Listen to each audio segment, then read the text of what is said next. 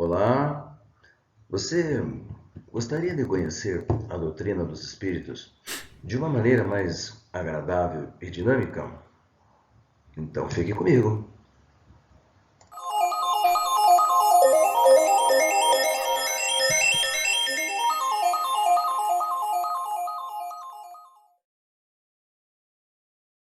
Alô, bom dia, boa tarde ou boa noite a você que está me ouvindo. Eu me chamo Marlos Ronque e estou falando aqui de Ponta Grossa, estado do Paraná. E eu trabalho aí nessa casa que vocês estão vendo no vídeo aqui, né? A Casa Espírita Paz, Amor e Caridade. Trabalho aí há mais de 30 anos. Sou médico pediatra, formado há 38 anos. E o objetivo de eu estar fazendo este vídeo é passar os conhecimentos da doutrina dos espíritos. Desejo despertar a sua atenção, interesse e curiosidade pela doutrina dos espíritos. Por quê?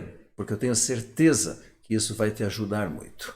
Então, nós estamos fazendo um estudo.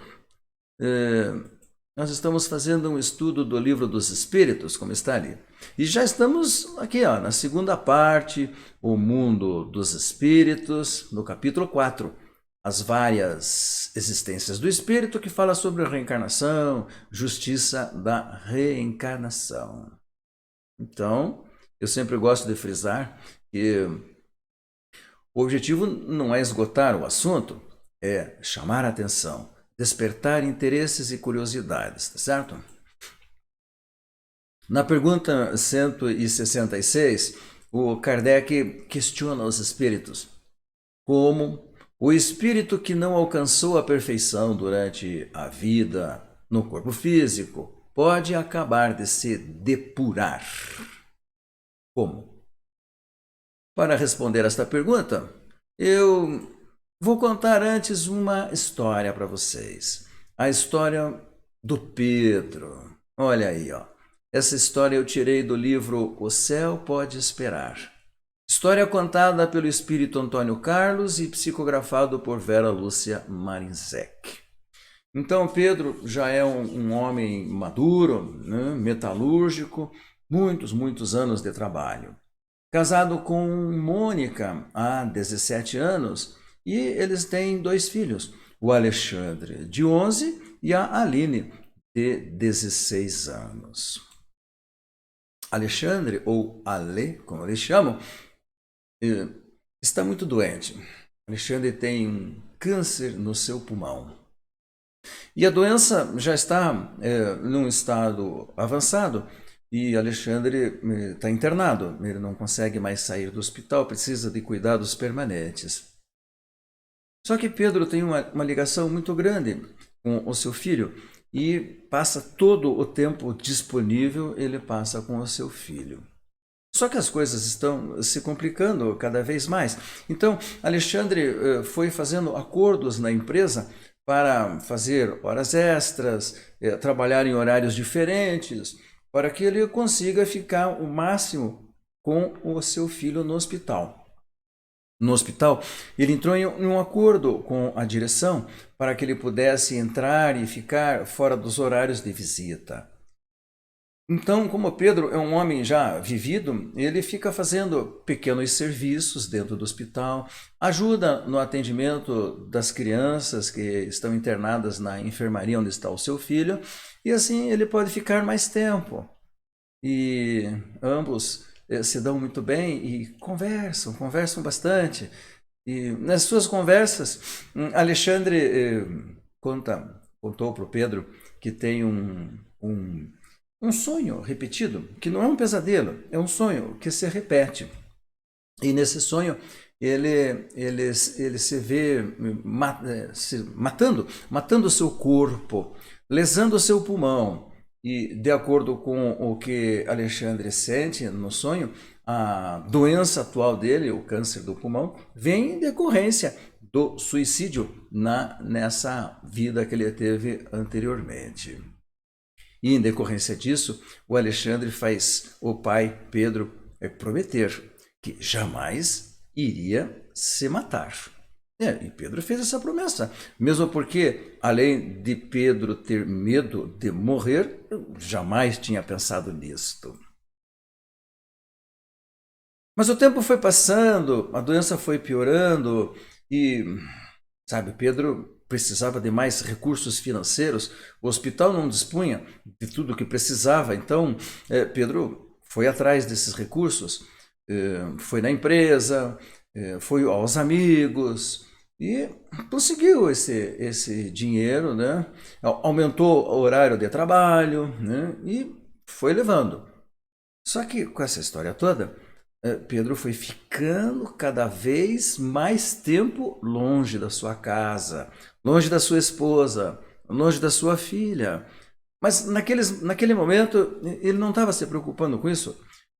A preocupação dele era o filho, que estava morrendo. Né? Ele queria ficar ali, estava fazendo de tudo. Mas mesmo fazendo de tudo, com todo o seu empenho, aquele dia finalmente chegou e Alexandre desencarnou. Pedro ficou muito triste, muito, muito triste. Sabia que ia acontecer, mas sabe, as despedidas, né? A gente sabe que vai acontecer, mas despedida é despedida e isso sempre dói no coração. Pedro então abraçou o corpo do filho e, chorando, ficou conversando, como conversavam antes. Ficou ali um tempão conversando, abraçado e chorando ao corpo do seu filho. Quando se sentiu já um pouco aliviado, fez uma oração com as suas palavras, aquelas que valem mesmo, aquelas que vêm do coração, que são as que mais valor têm para o nosso Senhor. E naqueles momentos pediu para que o Pai acolhesse a alma do seu filho. Após o sepultamento do menino, já em casa, Pedro percebeu que estava um clima diferente entre a esposa, a filha e ele, mas ele sabia que até que era natural, não podia ser diferente, porque foi muito tempo, foram meses que ele ficou mais tempo fora do que dentro de casa, praticamente não conviveu com a esposa e com a filha. E depois de alguns dias, as duas vieram conversar com ele e a esposa contou que a filha estava grávida e que queria sair de casa para ir morar com o pai do seu filho e iriam casar. Nessas circunstâncias, né, depois de tudo o que aconteceu, Pedro aceitou, né, não protestou nem nada. Mas em seguida a esposa continuou a conversa dizendo que na ausência de Pedro ela teve carências e quem supriu essas carências fora um amigo vizinho que morava ali pelas redondezas e que ela acabou se apaixonando por ele e que queria separação e que iria morar com essa pessoa. Isso foi muito difícil para o Pedro, ainda mais neste momento que ele estava assim tão deprê, né? Tão triste, tão fragilizado seria o termo, né?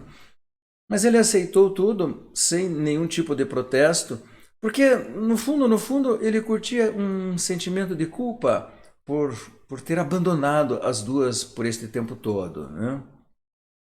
As duas saíram de casa e naquele dia, naquela noite, Pedro foi para a cama desejando que fosse tudo um pesadelo, que no outro dia ele acordasse e nada daquilo tivesse acontecido.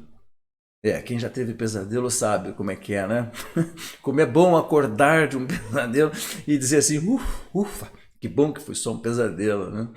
Mas não foi. No outro dia, quando ele acordou, ele viu que estava sozinho. E o pior é que ele não tinha o que fazer, porque nem para a indústria ele podia ir, para a fábrica, porque ele havia se aposentado.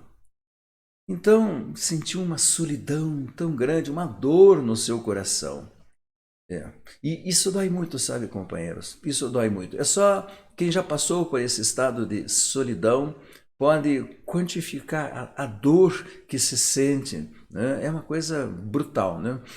E Pedro, neste momento, teve vontade de morrer.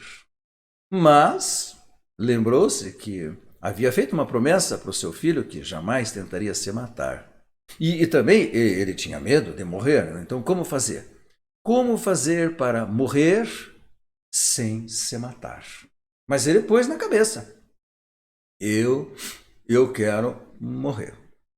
Então os dias foram passando e vieram dias chuvosos, muita chuva, e ele escutou na televisão que numa determinada comunidade a chuva intensa estava determinando tragédias, né? O morro estava caindo, os barracos estavam caindo, deslizando tudo. Então Pedro viu ali a possibilidade de ele morrer sem que ninguém cogitasse que ele queria morrer, né? Ele iria lá com o objetivo ou com a desculpa de ajudar as pessoas e, quem sabe, morresse lá, né? Então, Pedro foi até lá. Precisou pegar 3 ônibus para chegar lá. Levou horas para chegar lá. E quando chegou lá nessa comunidade, era um desastre completo, né? Porque a água que descia do morro era muita, tinham pessoas nos barracos que não conseguiam sair, o bombeiro não podia subir porque era uma situação muito difícil, ninguém queria arriscar a sua própria vida. Mas Pedro, né? Pedro subiu, passou pelos bombeiros, subiu, foi até os barracos onde tinham pessoas, tirou crianças de um, tirou velhos de outro e acabou descendo com essa turma toda. Quando chegou lá embaixo, a chuva já tinha diminuído, a quantidade de água que estava descendo o morro abaixo era bem menor, o perigo tinha passado. E Pedro acabou que virou um herói ali para aquelas pessoas. E os bombeiros vieram até ele, cumprimentaram, uns cumprimentaram, outros chamaram a atenção, dizendo que seria irresponsabilidade o que ele fez, né? Mas ficou por isso mesmo. E Pedro, então, muito chateado, muito frustrado porque não conseguiu o seu objetivo, resolveu então que voltaria para casa a pé. Quem sabe tomando um pouco de chuva, todo molhado, ele não pegasse uma pneumonia e não morresse, né? Mas no outro dia ele acordou super bem, com saúde e tudo. E daí numa outra noite, ele resolveu que ia sair de casa e foi até um bairro, em uma rua tal lá que ele conhecia, que era conhecida pelas pessoas como uma rua perigosa, uma rua de assaltos, de estupros, né? Então, normalmente era uma rua que as pessoas não passavam de noite. E ele foi até lá. Quando ele chegou lá, ele já deu de cara com um ladrão assaltando um velho e ele não pensou 2 vezes. Foi lá e pulou em cima do ladrão, tomou o revólver da mão do ladrão e percebeu que o revólver era de madeira. E daí, segurando o ladrão com uma das mãos, devolveu o dinheiro que o ladrão já havia pego para o senhor, e o senhor ficou muito agradecido, né? E daí olhou para o cara e assim: pô, meu, qual é a tua? Né? E o ladrãozinho disse assim para ele: pois é, o senhor me solte. Eu tenho que fazer alguma coisa, eu preciso de dinheiro para sustentar a minha família, e eu sou um ex-presidiário, ninguém me dá emprego, o que o senhor quer que eu faça? Então, Pedro ainda deu um dinheirinho para ele e deixou ele embora e voltou para casa mais chateado e frustrado ainda, né? Porque não conseguiu o seu objetivo de novo, né? Aí, passado alguns dias, a vida de Pedro está correndo, a vida do Pedro está correndo e o objetivo dele, que era morrer, não tinha passado, ele só não sabia como, né? Ele passou na mercearia do amigo dele, a quem ele devia dinheiro também, né? E o amigo, para dar suas explicações, e o amigo disse que haviam deixado 2 recados para ele ali. A sua filha queria falar com ele e um dos seus amigos lá da empresa, que havia emprestado dinheiro, estava precisando do dinheiro porque estava precisando por problemas particulares. Puxa vida, daí caiu a ficha do Pedro, né? Pedro pensou assim: caramba, eu emprestei esse dinheiro todo, eu vou ter que pagar os meus amigos. Puxa vida. Então vou adiar o meu plano de morte, né? Até que eu consiga pagar as minhas dívidas, né? E daí voltou para casa e no outro dia a filha veio até ele para pedir alguns móveis, porque ela havia montado uma casa com o seu marido, né? Mas não havia condições para a compra dos móveis ainda. Casal novo, né? Tudo novo. E Pedro então disse assim: tá bom, minha filha, sem problema nenhum. E lá foram. A cama onde Pedro dormia, sua cama de casal, o seu armário, né? A casa ficou só com a caminha onde o seu filho dormia, né? E algumas outras peças, mas para Pedro estava tudo bom. Não tinha problema nenhum, né?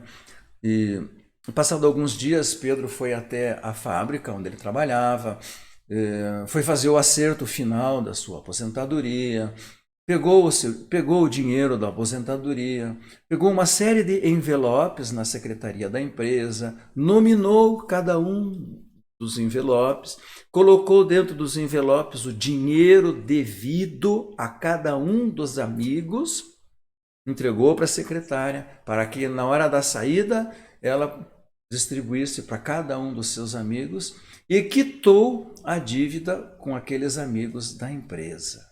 Homem correto, um homem maduro, muito correto, né? Depois disso, ele foi até a mercearia do amigo dele e ofereceu-se para trabalhar em troca da dívida. E o dono da mercearia, que era seu amigo, estava mesmo precisando de alguém que trabalhasse com ele. Então Pedro começou a trabalhar com ele num determinado período do dia, da tarde, até um determinado período da noite, que tinha que ser só até as 19 horas. Ele não mantinha a mercearia aberta após as 19 horas, porque existia uma gangue de motociclistas que vinham depois desse horário para fazer bagunça e arruaça, e ele achava muito perigoso. Então o dono costumava fechar a mercearia às 19 horas. E Pedro começou a trabalhar ali.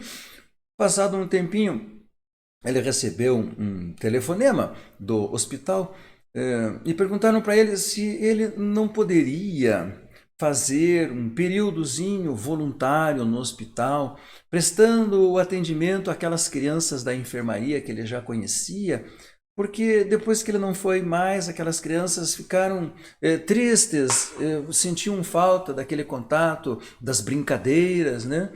E o Pedro, então, todas as manhãs, ele ia até o hospital e passava algumas horas com essas crianças e ia ajudando também no hospital. À tarde, no finalzinho da tarde, ele ia para a mercearia e ficava até a hora de fechar. E assim ele foi saldando as dívidas que ele ainda tinha com outros amigos, sem esquecer o seu projeto de morte, né? Ele era teimoso nesse ponto, né? Um dia, o dono da mercearia chegou para ele e disse assim: Pedro, eu vou ter que viajar, estou com um problema de família em uma outra cidade, você fica cuidando do bar e da mercearia para mim, só não se esqueça que tem que fechar às 19 horas por causa daquela quadrilha de motociclistas. Então, o Pedro aceitou, mas viu aí: olha, numa dessa eu consigo concluir o meu projeto, as dívidas estão quase todas pagas. Eu acho que vai dar certo. E daí Pedro, ao invés de fechar às 19 horas, Pedro fechava às 11 horas da noite, às 23 horas.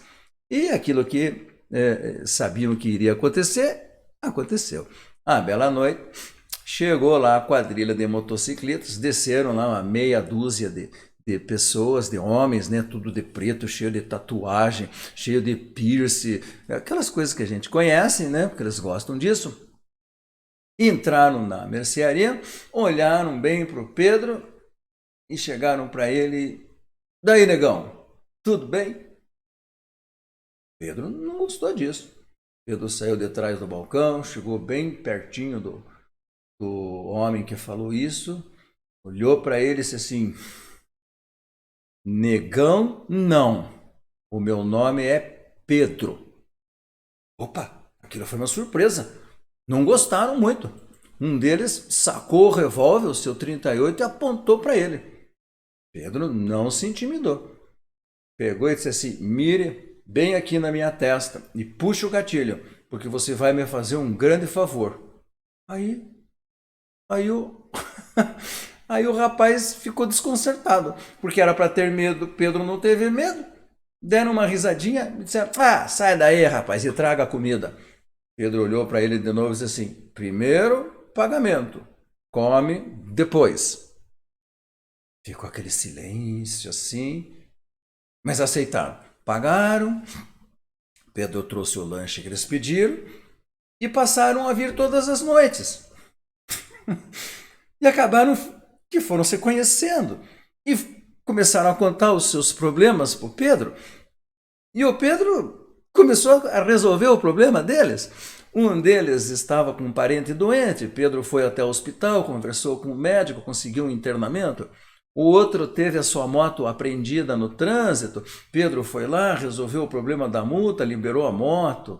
O outro estava com problema do seu aluguel, Pedro emprestou um dinheirinho, ele pagou o aluguel, entrou de fila e acabaram que ficaram muito amigos. E o projeto do Pedro foi adiado de novo, ele não conseguiu nada, né? Os meses se passaram. E a vida do Pedro continuou, né? De manhã ele ia no hospital ajudar, de tarde ele ia para a mercearia, né? Mas um belo dia a sua filha apareceu.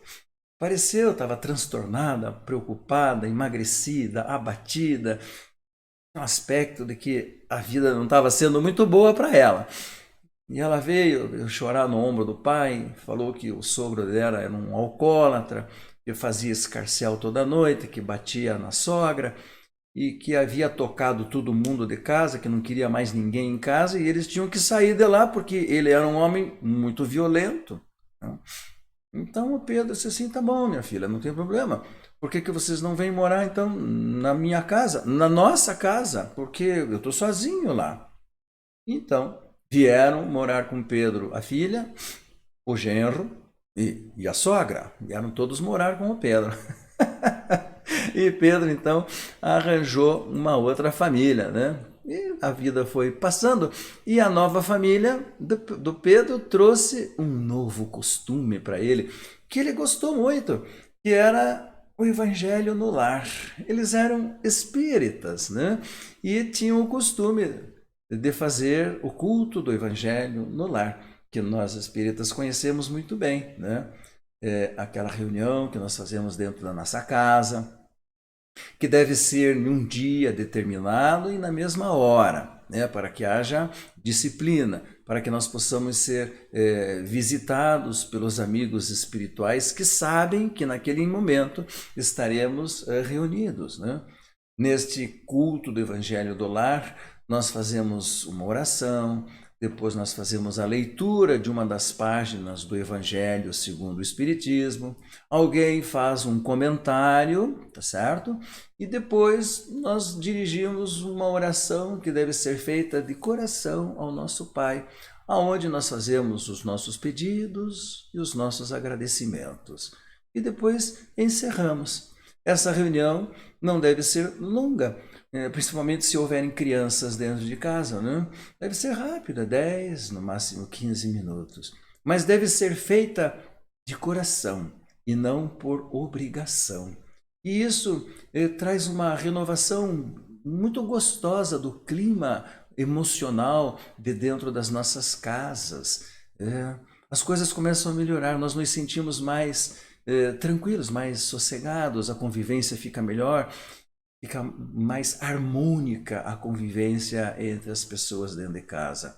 Então, esse novo costume, Pedro gostou muito e ele participava com o maior gosto, principalmente quando a página caía no capítulo 5, no item 29 do livro do Evangelho segundo o Espiritismo, que versa sobre aquele que está desgostoso da vida, mas não quer suicidar-se. É culpado em procurar a morte sobre um campo de batalha, com o pensamento de torná-la útil, tornar a sua morte útil? É uma pergunta que encaixava na vida do Pedro, né? E a resposta foi que o homem se mate ou se faça matar. O objetivo é sempre abreviar a sua vida. O pensamento de que a sua morte servirá para alguma coisa é ilusório. É um pretexto para colorir a sua ação e escusá-lo aos próprios olhos. É uma desculpa, né? Se tinha a intenção de servir o seu país, procuraria viver. Morto não lhe serve para nada. A intenção de procurar a morte anula o mérito da ação. São Luís, Paris, 1860. Então, embora haja um ditado popular que diz que o inferno está cheio de gente com boas intenções, na realidade, perante a justiça divina, o que vale é a intenção. O que vale é a intenção. Se a nossa intenção for ruim, não adianta fazer coisas boas, não terá mérito próprio, não terá crescimento individual. Se a intenção for boa, mesmo com uma ação que traga resultados ruins, essa ação não terá repercussão no universo. Porque a intenção não era destruir, a intenção não era ruim, foi falta de conhecimento, de ignorância. Então, a intenção diante da justiça divina é muito importante. Então, nessa reunião do culto do Evangelho, sensibilizado que estava, isso depois já de muito tempo de convivência, sensibilizado que estava, Pedro um dia sentiu-se com coragem e contou para todos ali naquele instante, com toda a sinceridade, porque o culto do Evangelho tem esse poder assim de nos deixar muito sensibilizados naquele momento, porque é um momento em que nós dedicamos para nos aproximarmos do nosso Pai, do nosso Senhor. Então, automaticamente a gente se liberta naqueles instantes, libera as amarras, deixa as defesas emocionais de lado, Então Pedro, assim, bastante sensibilizado, contou para a sua filha, para o seu genro e para a sogra da sua filha, desse plano ruim que ele havia feito de tentar morrer. Mas em seguida já deu continuidade, que depois que passaram a viver juntos, a conviver, que ele sentiu algo novo dentro do seu coração. Ele já não tinha mais o desejo de morrer e que a convivência, o dia a dia, fez com que ele se apaixonasse pela sogra da sua filha e que agora ele tinha amor dentro do seu coração e não desejava mais morrer. Agora ele queria viver e o céu teria que esperar. Muito bonita essa história. Eu gosto muito das histórias que Antônio Carlos nos traz. Histórias que tocam o coração, que nos sensibilizam. É muito gostosa e, como toda a historinha, ela nos traz questionamentos que eu tenho trazido para vocês. Existem espíritos? Por que não os vemos? O que é a reencarnação? Para que serve a reencarnação? A reencarnação é um castigo? O que acontece depois da morte do corpo físico? Existe um número determinado de encarnações? Então, é por isso que nós temos feito esses vídeos, Trazer estas respostas de uma maneira simples, dinâmica e até agradável, E para que a gente possa sair dessa ignorância espiritual. Então vamos ver. Lá na pergunta 166, que nós já havíamos falado, como o espírito que não alcançou a perfeição durante a vida no corpo físico pode acabar de se depurar. E a resposta? Submetendo-se à prova de uma nova existência, ou seja, uma nova encarnação. É um dos princípios básicos da doutrina dos espíritos, a reencarnação. Ou seja, nós, os espíritos, vivemos muitas vezes em corpos diferentes. Como o espírito realiza essa nova existência? É pela transformação como espírito? E a resposta foi: o espírito, ao evoluir, sofre, sem dúvida, uma transformação. Mas para isso é necessário que ele passe pela experiência da vida em um corpo físico. Muitas pessoas me questionam, mas o espírito, já que existe vida na parte espiritual, ele não evolui na parte espiritual? Evolui e cresce, sim. Mas em decorrência do estágio evolutivo em que nós nos encontramos, a evolução na parte espiritual, ela é mais lenta, é muito demorada. E a vinda ao corpo físico acelera essa evolução, porque na realidade a reencarnação aqui na Terra, tudo que nós passamos na vida em sociedade, né, são provas, né, maneiras de aprendermos a viver, são ensinamentos. Nós aprendemos muito, é que nós não percebemos tudo que nós estamos aprendendo. E tem outra, a falta de conhecimento da espiritualidade, isso atrapalha demais o crescimento espiritual, o desenvolvimento, a evolução das pessoas. Na pergunta 166b, então, o espírito precisa passar por muitas existências num corpo físico? Sim, nós já passamos por muitas. Vamos frisar de novo para que não fique dúvidas. Este é o meu corpo. Eu sou um espírito. Nesta encarnação eu me chamo Marlos. Este corpo que eu estou vestindo um dia vai morrer. Mas eu, o espírito, continuarei vivendo. E mais lá na frente eu vou nascer em um outro corpo.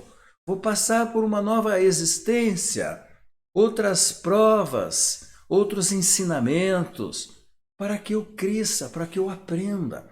E assim eu vou me livrando das imperfeições, eu vou me livrando das emoções perturbadoras, eu vou aprendendo a ser amoroso, solidário, sincero. Este é o objetivo da vida aqui na Terra, das nossas múltiplas reencarnações. Na pergunta 167, qual é a finalidade da reencarnação? Pois então, tem muitas pessoas que pensam que reencarnar é para sofrer, é para pagar dívidas das vidas anteriores. Não é. Reencarnação não é para pagar dívida. Reencarnação é para crescimento. Vejam bem, a reencarnação é uma obra de Deus, do nosso Pai, do nosso Criador, quem criou tudo e todos. E Deus é a perfeição, é o amor absoluto. Sendo o amor absoluto, Deus não nos pune, não nos cobra. Ele nos dá as leis e nós temos que cumpri-las. E este amor que Ele tem por nós permite que nós passemos por estas dificuldades todas que passamos aqui. Mas essas dificuldades, elas foram plantadas, geradas, plasmadas por nós mesmos. Então, a finalidade da reencarnação é aprendizado.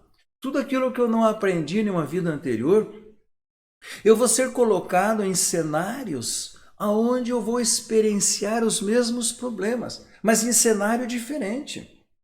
Se eu não tenho paciência, em uma vida anterior, talvez eu tivesse uma família muito ruim, uma família desarmonizada, não tive paciência, briguei com todo mundo e continuei impaciente. Nessa vida agora, eu sou colocado num outro cenário, mas é para ter paciência mesmo. Então, eu sou colocado num cenário como o que eu tenho hoje. Eu sou médico pediatra, eu lido com crianças e quando elas entram aqui no meu consultório, elas choram, elas gritam, né? E eu tenho que ter paciência, porque as crianças são assim, né? E eu tenho que ter paciência para poder ajudá-las de alguma maneira. E se eu não tiver paciência? Bom, se eu não tiver paciência, eu vou sair desta encarnação do mesmo tamanho que eu cheguei. E na minha próxima encarnação, eu vou ser colocado num outro cenário para que eu possa vivenciar a paciência até eu aprender a ser paciente. E assim com os demais aprendizados, ensinamentos. Só que esses aprendizados, esses ensinamentos, aos nossos olhos durante a vida aqui na matéria, muitas vezes eles se parecem com punições, com obras de vingança divina. Isso não existe. Deus não nos pune. Estas palavras tinham que ser abolidas do dicionário. Não existe no dicionário divino palavras de punição. Não existe isso. Eu vou te punir, vou fazer você sofrer. Isso não existe. No dicionário divino existe recomeçar, sempre. Não desistir, nunca. No dicionário divino é: caiu, levante-se, eu te darei todo o apoio, sempre. Deus é o amor incondicional. Nós somos seus filhos, mesmo. Então, a resposta dos espíritas a essa pergunta do Kardec foi: qual a finalidade da reencarnação? Expiações, melhoramento progressivo de toda a humanidade. Sem ela, onde estaria a justiça divina? Por que ele fala em justiça divina? Porque quando nós cometemos coisas erradas nas encarnações anteriores, ou seja, não aprendemos o ensinamento lá atrás, ele vem de novo aqui. Ele vem novamente. E daí eu acho que eu estou sendo punido, quando eu estou apenas sendo colocado, sendo confrontado com aquele ensinamento que eu não quis aprender lá atrás. Né? Então, se eu matei alguém em uma encarnação anterior, isso não significa que nessa alguém vai me matar. Até pode, vai depender da minha conduta, mas se eu tiver uma conduta boa, Jesus falou que o amor cobre a multidão dos nossos pecados. E Jesus não falava por falar. Tudo que Jesus falou é a mais pura das verdades. E nós temos que vestir a camisa de Jesus. Não nos definirmos como cristãos e não fazermos nada do que ele nos ensinou, dos exemplos que ele nos deixou. Na pergunta 168, o número de encarnações é limitado ou o espírito reencarna perpetuamente? A cada nova existência, o espírito dá um passo no caminho do progresso. Quando se libertar de todas as suas imperfeições, não precisará mais das provas em um corpo físico. Ou seja, reencarnaremos em um corpo físico enquanto formos espíritos impuros, espíritos que precisam aprender. Mas aprender o quê? Aprender a amar, a nos amarmos, a nos respeitarmos, a sermos sinceros, a sermos leais, a sermos verdadeiros. Quando aprendermos, quando chegarmos a esse estágio, nós não precisaremos mais do corpo físico. Mas a jornada continua, porque a evolução é infinita. Deus não é o amor na sua máxima expressão, o infinito de tudo aquilo que nós conhecemos? Pois então, nós nunca seremos Deus, porque nós somos filhos de Deus. Então, essa evolução, ela é praticamente infinita. Nós sempre teremos alguma coisa a mais para aprender. Só que de um ponto em diante, não haverá mais necessidade de reencarnar em um corpo físico. Serão outro tipo de jornada, outros desafios. Eu não vou pôr nem como prova e expiação, como é a nossa situação atual aqui no planeta Terra, um mundo de expiações e provas. Serão outros desafios, onde eu não precisarei desta ferramenta chamada sofrimento para crescer. Eu crescerei por vontade própria, por desejo. Eu irei atrás da melhoria individual, eu mesmo. Não precisarei que ninguém me mande. Eu irei atrás disto. Mas é um outro estágio. Está ali na esquina, ali, ó. Mas nós temos que dar muitos passos para chegar ali na esquina. E esses passos requerem muita energia, muito foco da nossa parte. Pergunta 169. O número de encarnações é o mesmo para todos os espíritos? Não. Aquele que caminha rápido se poupa de muitas provas. Mesmo assim, as encarnações sucessivas são sempre muito numerosas, porque o progresso é quase infinito. Vocês têm uma ideia de quantas vezes nós já reencarnamos para estarmos hoje nessa situação? Não dá para ter uma ideia, só dá para dizer que foram muitas, muitas, muitas, muitas vezes, muitas vezes.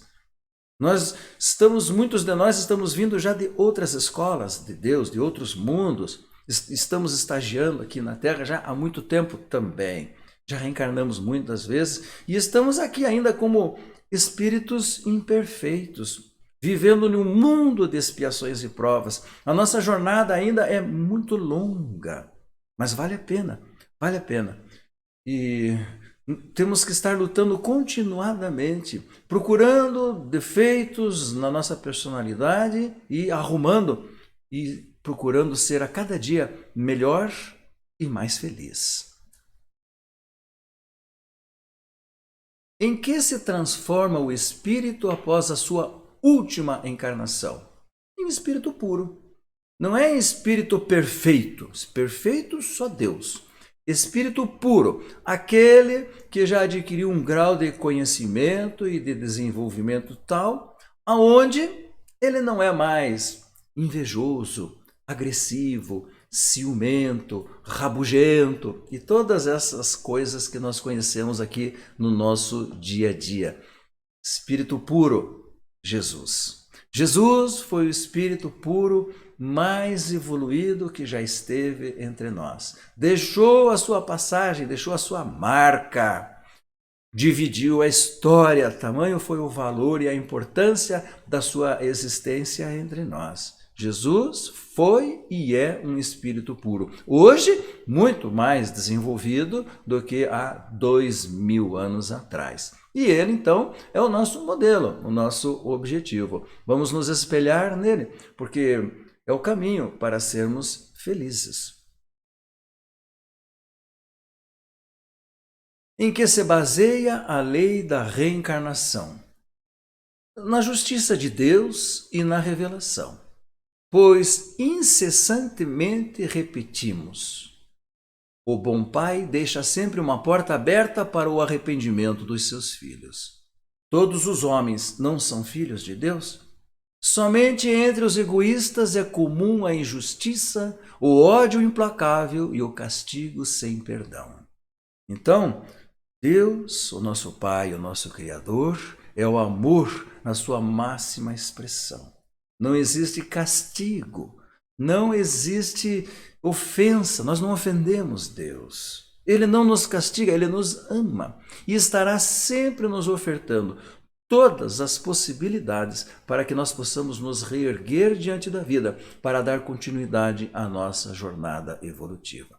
Só que ninguém fará o nosso trabalho. Nós somos responsáveis pelo nosso destino, pela nossa alegria, pela nossa felicidade. Os outros não são. Então, cabe a nós procurar esta alegria e essa felicidade em viver. Cabe a nós o trabalho de desenvolver.